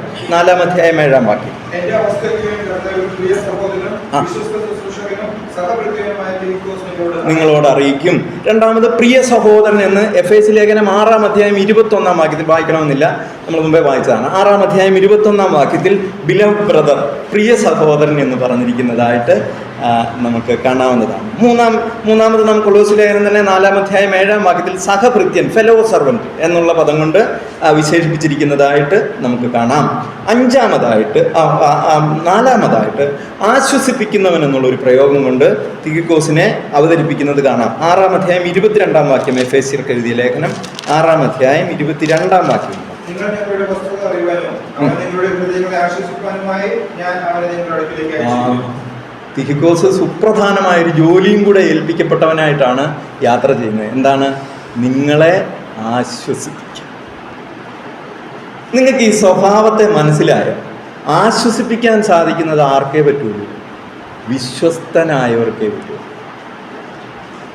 എന്തുകൊണ്ടാണ് തിഹിക്കോസിനെ പൗലോസ് ഈ എഫേസ്യ സഭയിലുള്ള ആളുകളെ ആശ്വസിപ്പിക്കുക എന്നുള്ള നിർദ്ദേശം കൂടി കൊടുത്തു വിടാനിടയായതെന്നറിയാമോ? അവൻ വിശ്വസ്തനാണ് എന്നതുകൊണ്ടാണ്. അപ്പോൾ വിശ്വസ്തതയും ആശ്വസിപ്പിക്കലും കത്ത് കൈമാറലും ഈ സുപ്രധാനമായ വേലകൾ ഏർപ്പെടുത്തുന്നതിനുമൊക്കെ ഒരു വിശ്വാസിയുടെ അടിസ്ഥാന സ്വഭാവത്തിൽ ഏറ്റവും പ്രധാനപ്പെട്ടതാണ് വിശ്വസ്തനായിരിക്കുക എന്നുള്ളത്. നമ്മളിപ്പോൾ 3 പേരെയാണ് പരിചയപ്പെട്ടത് അല്ലേ? ഒന്നാമത്തെ ആൾ തിമോത്തിയോസ്, രണ്ടാമത്തെ ആൾ എപ്പഫ്രാസ്, മൂന്നാമത്തെ ആൾ തിഹിക്കോസ്. ഇവർക്ക് 3 പേർക്കും പൊതുവായി പൗലോസ് പറഞ്ഞ സ്വഭാവം എന്താണ്? വിശ്വസ്ത. ദൈവമക്കളെ, എത്ര അനുഗ്രഹീതമായ വിശ്വാസ ജീവിതം ജീവിച്ച് മറഞ്ഞു പോയവരാണ് ഈ പറഞ്ഞ 3 പേരും എന്നുള്ളത് നമുക്ക് വാചകത്തിൽ നിന്ന് തന്നെ നമുക്ക് കാണാവുന്നതാണ്. അവിടെ തിഹിക്കോസിൻ്റെ ഉത്തരവാദിത്തം, അവൻ വിശ്വസ്തനായൊരു സന്ദേശവാഹകനായിരുന്നു. അതാണ് നമ്മൾ പറഞ്ഞതിൻ്റെ ചുരുക്കം. വിശ്വസ്തനായൊരു സഹോദരനായിരുന്നു. വിശ്വസ്തനായതുകൊണ്ട് പൗലോസ് അവനെ ആശ്വസിപ്പിക്കാൻ ഏൽപ്പിച്ചു. രണ്ടാമത്, അവൻ്റെ കയ്യിൽ സുപ്രധാനമായ ചരിത്രരേഖകളായ ഇനി നൂറ്റാണ്ടുകൾ കർത്താവിൻ്റെ വരവ് വരെയും വായിക്കപ്പെടേണ്ടതായ 2 ലേഖനങ്ങൾ തിഹിക്കോസ് തൻ്റെ കയ്യിൽ ഒരുപക്ഷെ നെഞ്ചോട് ചേർത്ത് പിടിച്ച് ഈ നമ്മുടെ ഇന്നത്തെ പോലൊന്നും അല്ല അന്നത്തെ യാത്രയൊക്കെ വലിയ ബുദ്ധിമുട്ട് നിറഞ്ഞ യാത്രകളാണ്. പൗലോസ് ആണെങ്കിൽ തടവുകാരനായി കിടക്കുന്നത് ഒരു കാരാഗ്രഹ ലേഖനമാണ്. അപ്പോൾ ഒരു തടവ് പുള്ളിയുടെ കയ്യിൽ നിന്നും കൊടുത്തുവിടുന്ന ഒരു ലേഖനത്തിൽ എന്തൊക്കെ ഉണ്ടെന്ന് പരിശോധിക്കാനായിട്ട് അക്കാലത്തിലെ ഒരു പട്ടാള പോലീസ് ഉദ്യോഗസ്ഥന്മാർക്കൊക്കെ തോന്നിയിട്ട് അത് വായിച്ചു നോക്കുമ്പോൾ ഇതിലെന്ത് കാര്യമെന്ന് പറഞ്ഞ് കീറിക്കളഞ്ഞിരുന്നെങ്കിലോ. അതുകൊണ്ട് തിഹിക്കോസ് തൻ്റെ ആത്മാവിനോട് ചേർത്ത് പിടിച്ചാണ് ആ കത്തും കൊണ്ട് പോയത് എന്ന് ഞാൻ വിചാരിക്കുകയാണ്. അതുകൊണ്ട് പുതിയ നിയമ പുസ്തകത്തിൻ്റെ രൂപീകരണത്തിൽ നിർണായകമായ പങ്ക് വഹിച്ച ഒരാളെന്നുള്ള നിലയ്ക്ക് തിഹിക്കോസ് മറ്റുള്ളവരിൽ നിന്നും വ്യത്യസ്തനായിരിക്കുന്നതിനോടൊപ്പം വിശ്വസ്തനായിരുന്നു എന്നുള്ളതും നമുക്ക് കണ്ടെത്താവുന്നതാണ്. അതുകൊണ്ടാണ് സുപ്രധാനമായിട്ടുള്ള ഈ സന്ദേശങ്ങൾ തിഹിക്കോസിൻ്റെ കയ്യിൽ ദൈവാത്മാവ് കൊടുത്തുവിടുന്നതിന് പൗലോസിനെ പ്രേരിപ്പിച്ചത് എന്ന് നമുക്ക് കാണാം. അടുത്ത ആൾ ഒനേസിമോസാണ്. നമുക്ക് വളരെ പരിചിതനായ ഒരാളാണ് ഒനേസിമോസ്. ഒനേസിമോസിൻ്റെ ജീവിതകഥയൊക്കെ നമുക്ക് അറിയാവുന്നതാണ്. ഒനേസിമോസിനെ നമുക്കൊന്ന് നോക്കാം. കൊലോസ്യ ലേഖനം 4-ാം അധ്യായം 9-ാം വാക്യം. ഞാൻ അവനെ നിങ്ങളിൽ ഒരുത്തനായ ഒനേസിമോസ് എന്ന വിശ്വസ്തനും പ്രിയനുമായ സഹോദരനോടുകൂടി നിങ്ങളുടെ അടുക്കൽ അയച്ചിരിക്കുന്നു. മതി. എങ്ങനെയുള്ള സഹോദരനാ പറഞ്ഞ്? വിശ്വസ്തൻ അല്ലേ? നമ്മൾ 4 ആളെ പരിചയപ്പെട്ടു. ഞാൻ ഇവർ ഈ പരാമർശിച്ചിരിക്കുന്ന ക്രമത്തിലാണ് വായിച്ചു വരുന്നത് കേട്ടോ. അത് നിങ്ങൾ ശ്രദ്ധിച്ചോന്നറിയില്ല. ഈ പേരുകൾ പരാമർശിക്കപ്പെട്ടിരിക്കുന്ന വാക്യത്തിൻ്റെ ക്രമത്തിനനുസരിച്ച് അവരെ പിടിച്ചുകൊണ്ട് വരുന്നത്. അവരുടെ മറ്റ് പ്രാധാന്യങ്ങളല്ല. 4-ാമത്തെ ആളെ പൗലോസ് അവതരിപ്പിക്കുക. അവൻ്റെയും പേരെന്താ? വിശ്വസ്ത. ദൈവമക്കളെ, കൊലോസ്യ ലേഖനത്തിൽ മുഴുവൻ വിശ്വസ്തന്മാരാണ്.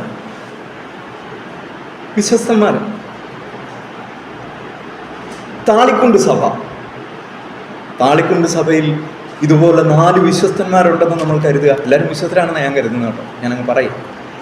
4 വിശ്വസ്തന്മാരുണ്ടെന്ന് കരുതുക. നമ്മൾ ഏത് സഭയുടെ നിലവാരത്തിലേക്ക് എത്തി?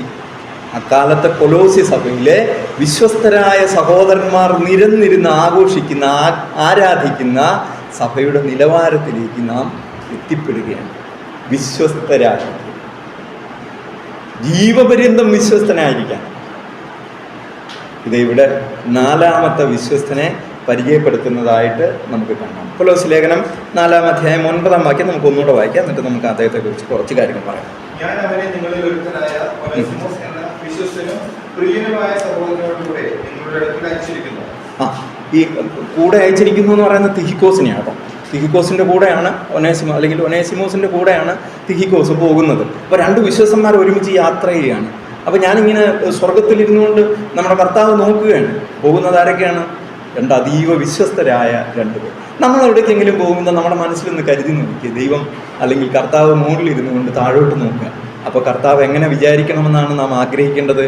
പോകുന്നു രണ്ട് വിശ്വസ്തരായ സഹോദരൻ, അസാധ്യ കഴിവുള്ള രണ്ടുപേര്, പാട്ട് പാടും, പിന്നെ താളവാദ്യങ്ങൾ വായിക്കും, ഗിറ്റാർ വായിക്കും, കീബോർഡ് വായിക്കും, പ്രസംഗിക്കും, പിന്നെ അങ്ങനെയുള്ള ഓർഗനൈസ് ചെയ്യും, ധനകാര്യങ്ങളൊക്കെ ചെയ്യുന്ന ഭയങ്കര കഴിവുള്ള രണ്ടുപേര് പോകുന്നു എന്ന് പറഞ്ഞാൽ അങ്ങനെയുള്ള ആയിരക്കണക്കിന് മനുഷ്യർ ലോകത്തിലുണ്ട്. ഈ കഴിവുകളെല്ലാം ഉണ്ടായിരിക്കുകയും വിശ്വസ്തനായിരിക്കുകയും ചെയ്യുക എന്നുള്ളത് കുറവാണ്. അപ്പോൾ ഇതാ ഇവിടെ വിശ്വസ്തനായ നാലാമത്തെ ആളെ പൗലോസ് അവതരിപ്പിക്കുകയാണ്.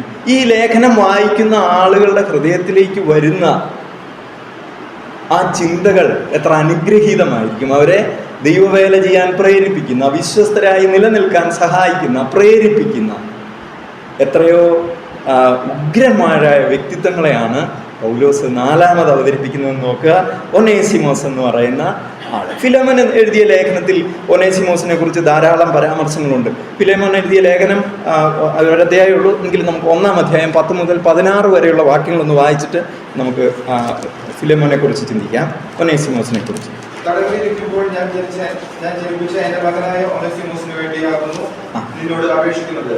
അവൻ മുമ്പേ നിനക്ക് പ്രയോജനമില്ലാത്തവനായിരുന്നു, ഇപ്പോൾ നിനക്കും എനിക്കും നല്ല പ്രയോജനമുള്ളവൻ തന്നെ. എനിക്ക് പ്രാണപ്രിയനായ അവനെ ഞാൻ മടക്കി അയച്ചിരിക്കുന്നു. സുവിശേഷം നിമിത്തമുള്ള തടവിൽ എന്നെ ശുശ്രൂഷിക്കേണ്ടതിന് അവനെ നിനക്ക് പകരം എന്റെ അടുത്ത് നിർത്തിക്കൊള്ളുവാൻ എനിക്ക് ആഗ്രഹമുണ്ടായിരുന്നു.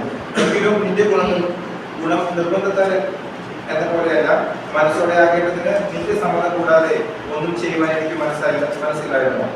അവൻ അല്പകാലം വേർപെട്ടു പോയത് അവന്റെ സദാകാലത്തേക്ക് നിനക്ക് ലഭിക്കേണ്ടതിന് ആയിരിക്കും. അവൻ ഇനി ദാസനല്ല, ദാസൻ മീതെ പ്രിയ സഹോദരൻ തന്നെ.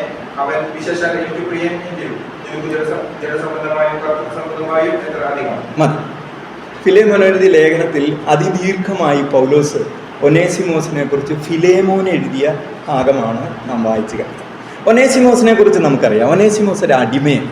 ഒനേസിമോസിൻ്റെ ആൻസെസ്ട്രൽ പശ്ചാത്തലം, എങ്ങനെയുള്ള ആളായിരുന്നു, ഏത് നിറക്കാരനാണ്, ഏത് വംശത്തിൽപ്പെട്ട ആളാണെന്നൊന്നും രേഖപ്പെടുത്തപ്പെട്ടിട്ടില്ല. പക്ഷേ ഒനേസിമോസ് എന്നുള്ള പദം കൊണ്ടൊരു പിന്നെ ഗ്രീക്കുകാരനായിരുന്നു എന്നുള്ള ആ പേര് കേൾക്കുമ്പോൾ നമുക്ക് അങ്ങനെ ഏതാണ്ട് അവരുടെ പേരിനോടുള്ള ഛായ ഉള്ളതുകൊണ്ട് നമുക്ക് അങ്ങനെ കരുതാവുന്നതാണ്. ഒനേസിമോസ് ഒരു അടിമയാണ്. ഒനേസിമോസ് അടിമയായിരിക്കുന്ന ആർക്കാണെന്ന് അറിയാമോ?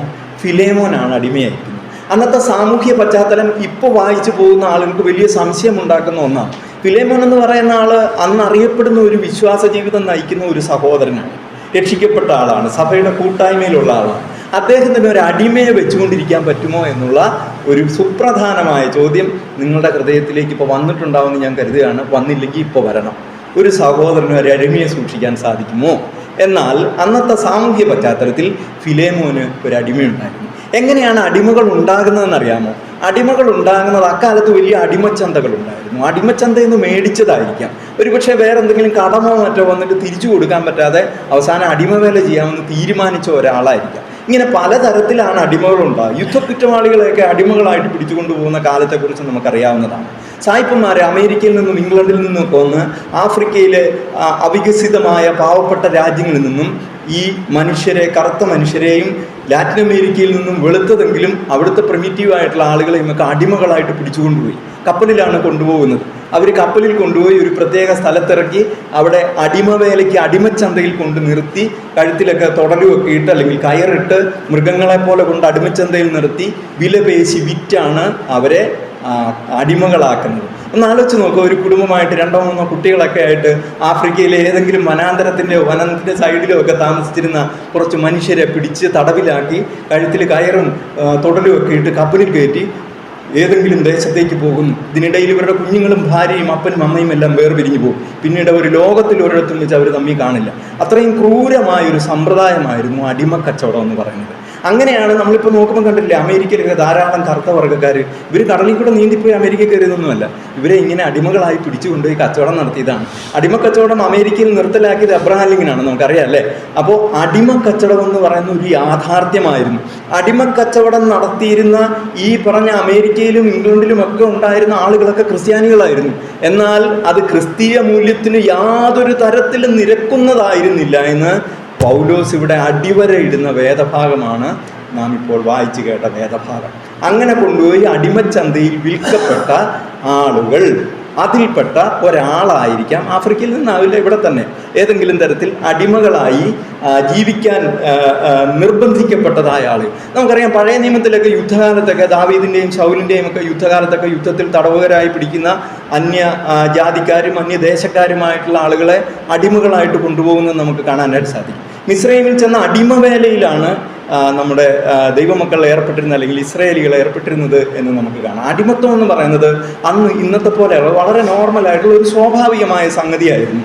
എന്നാൽ പൗലോസ് ഫിലേമോനെ അടിമയായിട്ടുള്ള ഒനേസിമോസിനെ റോമിൽ വെച്ച് കണ്ടുമുട്ടുന്നതോടെ ക്രിസ്ത്യാനികൾ അടിമത്തത്തെ സംബന്ധിച്ചൊരു നിലപാടെടുക്കേണ്ടതുണ്ടെന്ന് പൗലോസിന് ബോധ്യപ്പെടും. അതാണ് ഈ സംഭവത്തിൻ്റെ പ്രാധാന്യം. അല്ലാതെ ഫിലേമോൻ എഴുതിയ ഒരു പേജ് വരുന്ന ലേഖനം ഇതിനകത്ത് ഉൾക്കൊള്ളിക്കേണ്ട യാതൊരു കാര്യവുമില്ല. ചിലരൊക്കെ സംശയിക്കാറുണ്ട്, ഇതിനകത്ത് കാര്യമായ ഉപദേശമോ സംഗതികളോ ഒന്നും ഇല്ലല്ലോ, പിന്നെ എന്തിനാണ് ചരിത്രപരമായി വലിയ പ്രത്യേകതകളൊന്നും ഇല്ലാത്ത ഈ കുഞ്ഞു ലേഖന ഭാഗം ഇതിൽ ഉൾപ്പെടുത്തിയതെന്ന് ചോദിക്കും. ചരിത്രപരമായി വലിയ പ്രത്യേകതകളുള്ള അതീവ പ്രാധാന്യമുള്ള ഒരു കുഞ്ഞു ലേഖനമാണ് ഫിലേമോൻ എഴുതിയ ലേഖനം. എന്തെന്നാൽ അടിമത്തത്തെ സംബന്ധിച്ചുള്ള ക്രിസ്തീയ നിലപാട് വ്യക്തമാക്കുന്ന ഒരു ലേഖനമായിട്ട് നമുക്കിതിനെ കാണാവുന്നതാണ്. സാധാരണഗതിയിൽ അടിമകൾ ഓടിപ്പോയില്ല. അടിമകൾ ഓടിപ്പോകുന്നതിന് 3 കാരണങ്ങളാണ് അടിമകളെ സംബന്ധിച്ച് പഠിച്ചിട്ടുള്ള ആളുകൾ പറയുന്നത്. ഒന്ന്, ക്രൂരമായ പെരുമാറ്റം. ആർക്കാണോ അടിമയായിരിക്കുന്നത് ആ വീട്ടിലുള്ളവരുടെയോ ഉടമയുടെയോ ഒക്കെ ക്രൂരമായ പെരുമാറ്റമാണ് ഒരു കാരണമായിട്ട് കരുതുന്നത്. രണ്ടാമത്, സംഭവിച്ചു പോയ എന്തെങ്കിലും തെറ്റിനെ കുറിച്ചുള്ള കഠിനമായ ശിക്ഷ. ശിക്ഷകൾ എപ്പോഴും പ്രൊപ്പോർഷണൽ ആയിരിക്കണം എന്ന് പറയും, ആനുപാതികമായിരിക്കണം ശിക്ഷ. നിങ്ങൾ മക്കളെ ശിക്ഷിക്കുന്നവരാണോ? മക്കളെ ശിക്ഷിക്കുന്ന ധാരാളം ആളുകളുണ്ട്. അവരുടെ ആശങ്കയാണ് അവരെ ശിക്ഷിക്കുന്നതിന് കാരണമാകുന്നത്. മാതാപിതാക്കൾ അവരെ ശിക്ഷിക്കുമ്പോൾ അത് കുറ്റത്തിന് ആനുപാതികമാണോ, ചെയ്ത തെറ്റിന് ആനുപാതികമാണോ എന്ന് നമ്മൾ ഉറപ്പുവരുത്തണം. പണ്ടൊക്കെ എങ്ങനെയായിരുന്നു? പണ്ട് നമ്മൾ വീട്ടിൽ നിന്ന് 50 പൈസ മോഷ്ടിച്ചാൽ ചട്ടുകം പഠിപ്പിച്ച് ചന്തി വയ്ക്കുകയാണ് ചെയ്യുക, അല്ലേ? ഇന്നൊക്കെ അകത്ത് പോയി കിടക്കും, 6 വർഷമൊക്കെ ശിക്ഷിച്ച് കളയും കോടതി. അപ്പോൾ പ്രൊപ്പോർഷണലായിരിക്കണം ശിക്ഷ, പ്രൊപ്പോർഷണലായിരിക്കണം. പ്രൊപ്പോർഷണൽ അല്ലെങ്കിൽ എന്ത് സംഭവിക്കുന്നറിയോ? കുഞ്ഞുങ്ങൾ വൈരാഗ്യം സൂക്ഷിക്കും. നമ്മൾ വിചാരിക്കുന്ന പോലൊന്നുമല്ല. നിങ്ങൾക്കൊക്കെ ഓർമ്മയുണ്ടോ? നിങ്ങളും 2ാം ക്ലാസ്സിൽ പഠിക്കുമ്പോൾ നിങ്ങളുടെ ടീച്ചർ തല്ലിയത് ഓർമ്മയുണ്ടോ? ഉണ്ടല്ലേ? എത്ര വയസ്സുണ്ട് 2ാം ക്ലാസ്സിൽ പഠിക്കുമ്പോൾ? 7 വയസ്സ് അന്നത്തെ കാലത്ത്, അല്ലേ? നിങ്ങളുടെ മക്കൾ നിങ്ങൾ അവർ 2ാം ക്ലാസ്സിൽ പഠിക്കുമ്പോൾ അടിച്ചത് അവരെന്ത് ചെയ്യുന്നുണ്ട്? ഓർത്തിരിക്കുന്നു. ആവശ്യമില്ലാതെ കുട്ടികളെ ശിക്ഷിക്കരുത്. ശിക്ഷിക്കുന്നെങ്കിൽ അത് കുറ്റത്തിന് ആനുപാതികമായിരിക്കണം. കുറ്റത്തിന് ആനുപാതികമല്ലാത്ത ശിക്ഷ വരുന്നത് കൊണ്ടാണ് അടിമകൾ ഓടിപ്പോയിരുന്നത്. അടിമകൾ ഓടിപ്പോകും. 3ാമത്തെ കാര്യം എന്ന് പറയുന്നത്, കൂടുതൽ ശമ്പളം കിട്ടുന്ന അവസരത്തിന് വേണ്ടിയിട്ട് അടിമകൾ ഓടിപ്പോകാം. ഇങ്ങനെ 3 കാരണങ്ങളാണ് അടിമകൾ ഓടിപ്പോകുന്നതിന് കാരണമായിട്ട് പറയുന്നത്. ഒനേസിമോസ് എന്തുകൊണ്ടാണ് ഓടിപ്പോയെന്ന് നമുക്കറിയില്ല. അത് ദൈവവചനം വ്യക്തമാക്കിയിട്ടില്ല. അതിന് വലിയ പ്രാധാന്യം ദൈവവചനം കൊടുക്കുന്നില്ല. അല്ലെങ്കിൽ പൗലോസ് അതും കൂടി വ്യക്തമായി പറയുമായിരുന്നു. ഇതിലേതെങ്കിലും ഒന്നായിരിക്കണം. പണ്ട് കാലത്ത് എങ്ങനെയായിരുന്നു? എന്തൊക്കെയായിരുന്നു അടിമകളെ ശിക്ഷിച്ചിരുന്ന രീതി? എന്തായിരുന്നു? നാം ഈ പറഞ്ഞ കാലഘട്ടത്തിൽ എന്തായിരുന്നു അടിമകളെ ശിക്ഷിച്ചിരുന്ന രീതി? അടിമകളെ ശിക്ഷിക്കുന്നത് വളരെ ക്രൂരമായിട്ടായിരുന്നു. അവരെ ചാട്ടവാറടിയാണ് ഏറ്റവും കുറഞ്ഞ ശിക്ഷ. രണ്ടാമത്തത് വധശിക്ഷയാണ്, ശിരച്ഛേദം ചെയ്യുക. അതിലും ക്രൂരമായ കുതിരകളുടെ 2 കുതിരകളുടെ കഴുത്തിൽ അവരുടെ 2 കാലും ഒട്ടിച്ചിട്ട് കുതിരകളെ 2 വശത്തേക്ക് ഓടിച്ച് കീറി കൊന്നുകളയുക. ഇതൊക്കെ അടിമകളെ കൊല്ലാൻ വേണ്ടി ഉപയോഗിച്ചിരുന്ന രീതികളാണ്. മനുഷ്യരായി കരുതിയിരുന്നില്ല. മൃഗത്തിന് കൊടുക്കുന്ന പ്രാധാന്യം പോലും കരുതിയിരുന്നില്ല. ഇതെല്ലാം ആർക്കറിയാം? പൗലോസ് ലോകജ്ഞാനം കൂടിയുള്ള മഹാനായ ഒരു ചിന്തകൻ കൂടിയാണ്. പൗലോസിന് അറിയാം ഈ അസമത്വങ്ങൾ, പ്രൊപ്പോർഷണൽ അല്ലാത്ത, ആനുപാതികമല്ലാത്ത ശിക്ഷ കൊണ്ട് അടിമകളെ പീഡിപ്പിച്ചു കൊല്ലുന്നതിനെ കുറിച്ചൊക്കെ പൗലോസിന് നല്ല ഉത്തമമായ ബോധ്യമുണ്ട്. അതുകൊണ്ട് പൗലോസിൻ്റെ ആത്യന്തികമായ ലക്ഷ്യം സാമൂഹ്യ പരിഷ്കരണമല്ല, ക്രിസ്തീയ വിശ്വാസത്തിൻ്റെ വ്യാപനവും സഭാരൂപീകരണവും കർത്താവിൻ്റെ ആത്മാവ് അവനെ ഏൽപ്പിച്ചിട്ടുള്ളതായ ആ പ്രത്യേക സംഗതികൾക്ക് വേണ്ടി അവൻ ഒരുങ്ങിയിരിക്കുന്നത് കൊണ്ടാണ് ഇങ്ങനെയുള്ള കാര്യങ്ങളിലേക്ക് പൗലോസ് കടന്നു പോകാനെന്ന് ഞാൻ കരുതുകയാണ്. അല്ലെങ്കിൽ പൗലോസിനെ പോലുള്ള ഒരു ചിന്തകൻ ഒരു സാമൂഹ്യ പരിഷ്കർത്താവായി മാത്രം മാറുമായിരുന്നു എന്ന് നമുക്ക് കാണാം. നിങ്ങളൊക്കെ വായിച്ചിട്ടുള്ള കഥയായിരിക്കും. നമ്മൾ ജീൻ വാൽജീൻ്റെ കഥ നമുക്കറിയാവുന്ന കഥയാണ്. ഈ അതുമായിട്ട് ബന്ധപ്പെട്ട് ആദ്യമേ പറയാനുള്ളത്, അടിമകളെ പിടിച്ചിട്ട് അവരൊരു കുറ്റത്തിലകപ്പെട്ടാൽ അവർക്ക് കിട്ടുന്ന ഒരു ശിക്ഷ എന്ന് പറയുന്നത് അവരുടെ നെറ്റിയിലോ കയ്യിലോ എവിടെയെങ്കിലും ചൂടടയാളം പതിക്കുക. പൗലോസിൻ്റെ പ്രസിദ്ധമായൊരു പ്രയോഗമുണ്ടല്ലോ, എനിക്ക് ചൂടടയാളം പതിച്ചിരിക്കുന്നത്. എന്താണ് ഈ ചൂടടയാളം എന്ന് പറഞ്ഞാൽ? അത് ഇരുമ്പ് കൊണ്ടുള്ള അച്ചുണ്ടാക്കിയിട്ട് അത് നെറ്റിയിലോ കയ്യിലോ പതിപ്പിച്ച് പൊള്ളിച്ച് ഒരിക്കലും മായാത്ത പാട് അവൻ്റെ ശരീരത്തിൽ ഉണ്ടാക്കുക എന്നുള്ളതാണ് ചൂടടയാളം എന്ന് പറയുന്ന സംഗതി എന്ന് നമുക്ക് കാണാവുന്നതാണ്. ഈ വിക്ടർ ഹ്യൂഗോയുടെ ലേ മിസറബിൾ എന്ന് പറയുന്ന പുസ്തകത്തിൽ അതിൽ ജീൻ വാൽജീൻ എന്ന് പറയുന്ന ആള് ഒരു ബ്രെഡ് മോഷ്ടിച്ചതിന് ശേഷമാണ് പിടിക്കപ്പെട്ടുള്ളത്. ഷാജിക്കൊക്കെ അറിയാം. അങ്ങനെ പിടിക്കപ്പെട്ട അദ്ദേഹത്തിനെ ആദ്യം ചെയ്തത് എന്താണെന്ന് അറിയാമോ? തടവറയിൽ കൊണ്ടുപോയിട്ട് ഒരു സീലെടുത്ത് TFG എന്ന് അവൻ്റെ നെറ്റിയിൽ പതിച്ചു. നെറ്റിയിൽ അത് പതിച്ചു. അതൊരിക്കലും നെറ്റിയിലല്ല, നെഞ്ചിൽ പതിച്ചു. അക്കാലത്ത് അതിന് മുമ്പ് ഈ സംഭവമൊക്കെ നടന്ന 17-ാം നൂറ്റാണ്ടിലോ 15-ാം നൂറ്റാണ്ടിലോ മറ്റോ ആണ് ഈ പറഞ്ഞ സംഭവം ഉണ്ടാകുന്നത്. അതിനും 1500 വർഷങ്ങൾക്ക് മുമ്പൊക്കെയാണ് നാം പറഞ്ഞ അടിമ ജീവിതമുള്ളത്. അന്ന് നെറ്റിയിൽ ഇതൊക്കെ പതിച്ചു വയ്ക്കും, ചൂടടയാളം പതിച്ചു വയ്ക്കും. അങ്ങനെ പതിച്ചു വെച്ച് കഴിഞ്ഞാൽ എന്ത് സംഭവിക്കും? ഈ പറഞ്ഞ ജീൻ വാൽജീൻ എന്ന് പറയുന്ന മനുഷ്യൻ്റെ TFG എന്ന് അടിച്ചു കഴിഞ്ഞാൽ ഹാർഡ് ലേബർ ഓഫ് ലൈഫ് എന്നാണ് പറയുന്നത്. ജീവിതത്തിൽ ജോലി ചെയ്താൽ കൂലി കിട്ടില്ല. അതാണ് അതിൻ്റെ പ്രത്യേകത. എന്ന് വെച്ച് കഴിഞ്ഞാൽ ജോലി ചെയ്യാൻ ബാധ്യസ്ഥനാണ്, കൂലി ചോദിക്കാൻ പാടില്ല. ജീവിതകാലം മുഴുവൻ ഇങ്ങനെ ജീവിക്കേണ്ടി വരും എന്ന് നമുക്ക് കാണാം. പിന്നീട് മിറിയൽ എന്ന് പറയുന്ന ഒരു പാരീസിലുള്ള ഒരു ബിഷപ്പിൻ്റെ അടുത്ത് ചെല്ലുന്നതും ഉണ്ടായ മാനസാന്തരമൊക്കെ നമുക്ക് അറിയാവുന്നതാണ്, നമ്മൾ അറിയാവുന്ന കഥയാണ്. ഞാൻ അതിലേക്ക് പോകുന്നില്ല. ഞാൻ പറഞ്ഞതിൻ്റെ ചുരുക്കം ഇതാണ്, ഈ പറഞ്ഞ ആധുനിക കാലത്ത് പോലും ഇത് സംഭവിച്ചിരുന്നുവെങ്കിൽ പൗലോസ് പറയുന്ന ഒനേസിമോസ് ജീവിച്ചിരുന്ന കാലത്ത് ഇത് എത്രത്തോളം ക്രൂരമായിരുന്നു എന്ന് നമുക്ക് മനസ്സിലാക്കാനായിട്ട് സാധിക്കും. ചൂടടയാളം പതിച്ചവനെ ജീവിക്കാൻ അനുവദിക്കാതിരിക്കുക എന്നുള്ളതാണ്. സമയം കടന്നു പോകുന്നുണ്ട്, ഞാൻ പെട്ടെന്ന് അവസാനിപ്പിക്കാം. എന്നാൽ ഫിലേമോൻ എഴുതിയ ലേഖനം 16-ാം വാക്യത്തിൽ അവൻ ഇനി ദാസനല്ല, ദാസന് മീതെ സഹോദരനത്രേ. എന്ത് സഹോദരനത്രേ? പ്രിയ സഹോദരൻ. അടിമത്തത്തെ സംബന്ധിച്ചുള്ള, അടിമ ജീവിതത്തെ സംബന്ധിച്ചുള്ള, അടിമകളെയും ഉടമകളെയും സംബന്ധിച്ചുള്ള ക്രിസ്തീയ നിലപാട് പൗലോസ് പ്രഖ്യാപിക്കുകയാണ്. എന്താണ്? ഇനി അവൻ നിന്റെ അടിമയല്ല, അവൻ ആരാണ്? നിനക്കിനി അവൻ പ്രിയ സഹോദരനാണ്. ഒനേസിമോസ് കുറ്റം ചെയ്തിട്ട് ഓടിപ്പോയ ആളാണെങ്കിൽ അവൻ വധശിക്ഷയ്ക്കോ അതിലും ക്രൂരമായ ജീവിത ശിക്ഷയ്ക്കോ വിധിക്കപ്പെടേണ്ടവനായിരുന്നു ഒനേസിമോസ്. എന്നാൽ ക്രിസ്തീയ സ്നേഹം ഇവരുടെ രണ്ടിൻ്റെയും ഇടയ്ക്കിലേക്ക് പൗലോസ് കടത്തിവിട്ടപ്പോൾ ഒനേസിമോസ് ഫിലേമോന് പ്രിയ സഹോദരനായിരുന്നു. ഫിലേമോൻ ഇത് നിഷേധിച്ചുകൊണ്ട് പൗലോസിനെ എഴുതിയിരുന്നെങ്കിൽ അതും ഇതിൽ കണ്ടേനെ. അതിനാണ് ഞാൻ മുമ്പേ പറഞ്ഞത്, ഈ പോസിറ്റീവായിട്ടുള്ള സംഗതികൾ മാത്രമല്ല, അവരുടെ കുറവുകൾ കൂടി രേഖപ്പെടുത്തുമായിരുന്നു. അതുകൊണ്ട് ഫിലേമോൻ അത് ഹൃദയപൂർവ്വം സ്വീകരിച്ചു എന്ന് നമുക്ക് കാണാവുന്നതാണ്. നമ്മൾ ഇന്ന് എത്ര പേരെ പരിചയപ്പെട്ടു? 4 പേരെ. ആ പേരൊന്ന് പറയാമോ? തിമോത്തിയോസ്, എപ്പഫ്രാസ്, കേട്ടില്ല, തിഹിക്കോസ്, ഒനേസിമോസ്. ഫിലേമോൻ്റെ പേര് നമ്മൾ പറയുന്നില്ല, ഫിലേമോനെ നമുക്ക് അവസാനം പിടിക്കാം. അപ്പോൾ ഇന്നത്തെ ദൈവവചന പഠനം ഇവിടെ അവസാനിക്കട്ടെ. നിങ്ങളതൊക്കെ ഒന്ന് പോയിട്ട് വായിക്കുക, ഈ പേരുകളൊക്കെ ഒന്ന് ഓർമ്മ വയ്ക്കുക. എന്താണ് അവരുടെ സവിശേഷത? പ്രധാന സവിശേഷത വിശ്വാസം. Okay, thank you. ദൈവനാമം.